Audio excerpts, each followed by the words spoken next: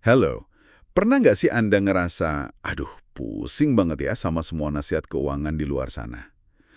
Terus mikir, ini perlu pakai ahli nggak sih? Hari ini nih kita mau coba telaah lebih dalam soal gagasan keahlian finansial. Kita pakai materi dari sumber Anda, bab 6, yang judulnya aja udah lumayan bikin penasaran ya, mitos keahlian finansial. Kayaknya bab ini skeptis banget sama nasihat profesional. Iya, betul. Ini relevan banget ya topiknya. Kan banyak dari kita merasa, wah kalau udah rumit, apalagi soal uang, kayaknya perlu banget arahan ahli gitu. Nah, itu dia. Sumber ini kan menyoroti keraguan itu ya. Malah ada perbandingan sama eksperimen pencicip anggur yang, wah menarik juga. Jadi pertanyaan intinya nih buat Anda. Bisa nggak sih kita kelola uang sendiri, malah mungkin lebih oke dari para profesional? Pertanyaan bagus banget. Dan ya kita sering banget ya merasa butuh panduan gitu. Coba deh kita lihat apa kata bab 6 ini soal bukti di balik anggapan itu. Oke, kita bedah ya. Bab 6 ini kan mulainya pakai analogi unik itu, soal pencicip anggur. Iya, yang itu. Katanya ada 57 ahli anggur, dites gitu ya, dan mereka nggak bisa bedain anggur putih asli sama anggur putih yang sama persis, tapi cuma dikasih pewarna merah. Malah deskripsinya pakai istilah buat anggur merah. Ini gimana ceritanya bisa nyambung ke keahlian finansial ya? Nah, penulisnya itu langsung menghubungkan ini gitu. Logikanya, kalau keahlian mencicip anggur aja bisa, katakanlah subjektif atau bahkan keliru gitu ya. Gimana dengan keahlian finansial? Kan lebih kompleks lagi. Dan data di bab 6 ini cukup mengejutkan loh. Dikatakan kalau mayoritas manajer investasi ini yang aktif milih-milih saham yang kita bayar mahal buat keahliannya, ternyata kinerjanya malah di bawah rata-rata pasar.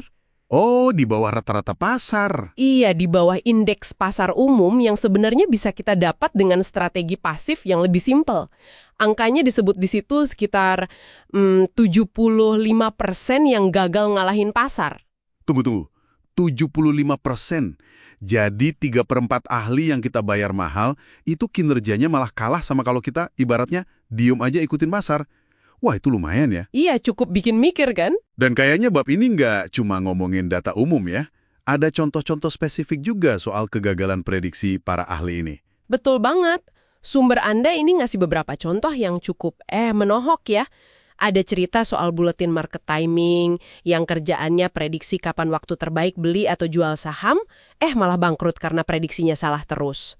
Terus ada juga rekomendasi saham spesifik, Merrill Lynch misalnya, pernah bilang beli sebelum orang lain sadar. Nggak lama kemudian ada masalah.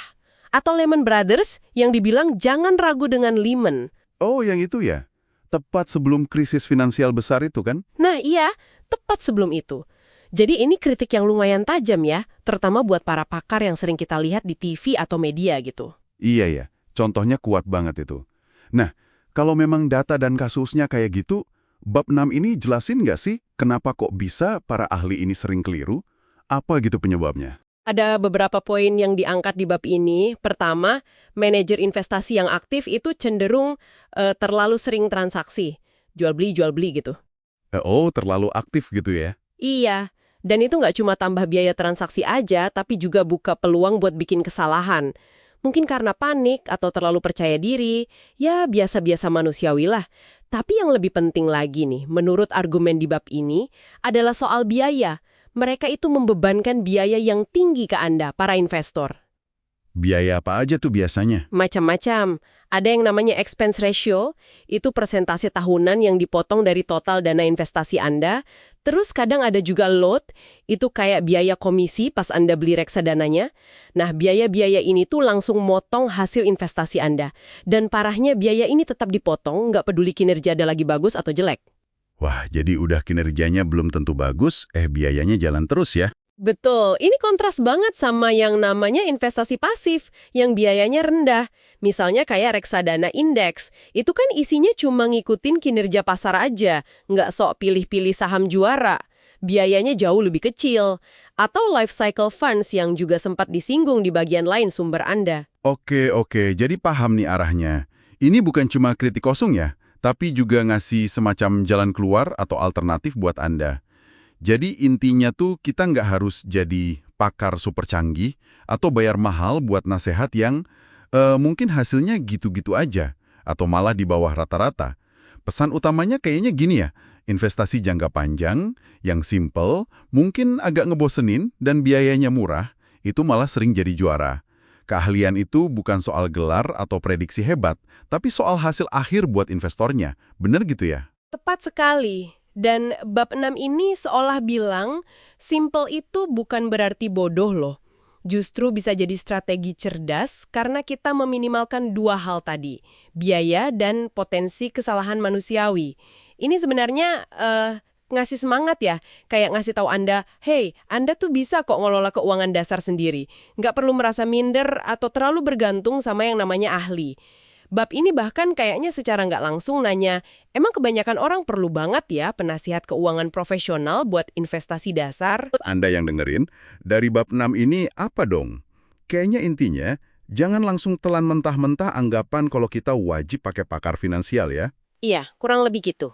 Tantang asumsi itu. Strategi investasi yang konsisten, sederhana, biayanya rendah, itu bisa jadi malah lebih efektif daripada kita repot-repot ngejar prediksi pasar yang susah ditebak dan bayar mahal buat itu. Betul. Pelajaran utamanya, kalau menurut sumber ini ya, jangan gampang terintimidasi sama istilah-istilah aneh atau gemerlapnya industri pakar finansial. Coba deh fokus ke pemahaman dasarnya dulu. Misalnya, sadar soal dampak biaya itu penting banget. Terus, pahami juga kalau investasi itu bagusnya buat jangka panjang. Kalau udah paham dasarnya, ya mulai aja. Bab ini seolah mau bilang kalau Anda sendiri dengan strategi yang pas sangat mungkin kok dapat hasil investasi yang bagus. Solid. Oke. Nah, sebagai penutup nih, ada satu pemikiran mungkin buat Anda renungkan ya. Bab 6 ini kan mendorong kita buat sedikit skeptis sama klaim keahlian di dunia finansial. Gimana kalau prinsip ini, prinsip mempertanyakan klaim ahli dan cari buktinya sendiri, kita coba terapkan juga di area lain dalam hidup kita. Di mana mungkin selama ini kita terima aja nasihat ahli gitu aja. Coba direnungkan. Oke, terima kasih banyak sudah menyimak telaah bab 6 ini bareng kita.